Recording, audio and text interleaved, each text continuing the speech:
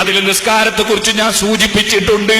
പക്ഷെ ഇപ്പോൾ ഒരു വസിയ്യത്തായി പറയട്ടെ, എല്ലാ വിഷയത്തിലും നല്ല മുൻപന്തിയിലുള്ള ചില ആളുകളുണ്ട്.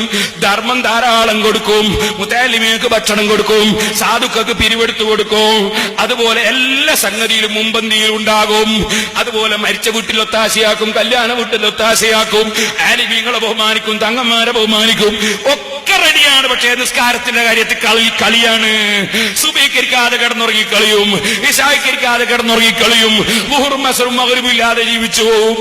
ഓ മനുഷ്യ, നീ അക്കൂട്ടത്തിൽ പെട്ടുപോകല്ലേ, ഒരിക്കലും പെട്ടുപോകല്ലേ, ഒരിക്കലും പെട്ടുപോകല്ലേ.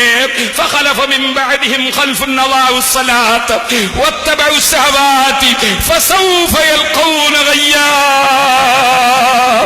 അസ്റഫുൽ ഖൽഖ് സല്ലല്ലാഹു അലൈഹി വസല്ലം തങ്ങൾ സുജൂദിൽ കിടന്നിട്ട് ഇങ്ങനെ പൊട്ടിക്കരയുന്ന കരച്ചിൽ. അല്ലാഹുവിന്റെ റസൂൽ തേങ്ങി തേങ്ങി കരയുന്ന സുജൂദിൽ നിന്ന് സ്വഹാബത്ത് ചോദിക്കുന്ന നബിയെ, എന്തേ ഇങ്ങനെ കരയുന്നു?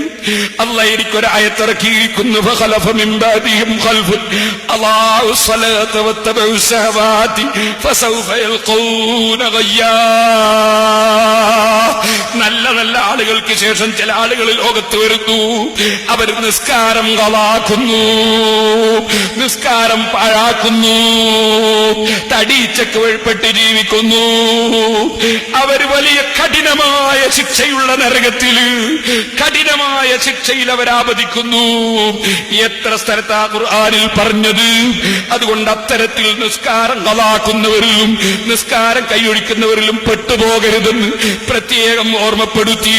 ഓ ചെറുപ്പക്കാരെ, ബഹുമാനപ്പെട്ട ഖുബൈബ് റളിയല്ലാഹു അൻഹുവിനെ ശത്രുക്കൾ കൊണ്ടുപോയി കൊല്ലാൻ നോക്കുന്ന സമയത്ത് നിന്റെ അവസാനത്തെ ആശ എന്താണ് ഖുബൈബേ എന്ന് ചോദിച്ചപ്പോ ഖുബൈബ് പറഞ്ഞ മറുപടി നിങ്ങൾ ബുഖാരിയിൽ കണ്ടില്ലേ? ദഊനി ഉസല്ലി റകഅതൈൻ. ഓ ശത്രുക്കളെ, എന്നെ കൊല്ലുന്നതിന്റെ മുമ്പേ ഒരു 2 റകഅത്ത് നിസ്കരിക്കാൻ സമയം തരണേ.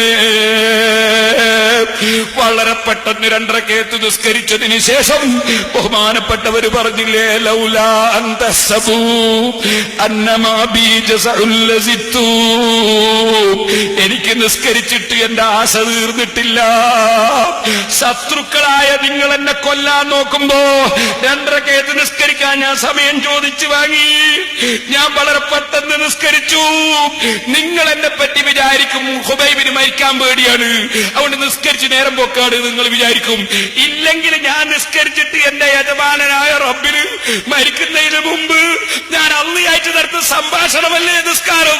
എല്ലാം തന്ന രാജാവിനോട് ഞാൻ മരിക്കുന്നതിന് മുമ്പ് എനിക്ക് പറയേണ്ടത് പറഞ്ഞിട്ട് ആശ തീർന്നിട്ടില്ല. എനിക്കിനിയും ധാരാളം നിസ്കരിക്കാൻ ആശയുണ്ട്. പക്ഷേ നിങ്ങൾക്ക് കൊല്ലാൻ നിങ്ങൾ ഒരുങ്ങിയ സ്ഥിതിക്ക് ഞാനിതാ നിൽക്കുന്നു. സഹോദരന്മാരെ, അല്ലാഹുവിനെ പ്രിയം വെച്ച ഒരു മനുഷ്യരും ഫർള് നിസ്കാരം പോയി സുന്നത്ത് നിസ്കാരം തന്നെ കൈയൊഴിക്കാൻ കഴിയില്ല കേട്ടോ. അതുകൊണ്ട് കൃത്യമായി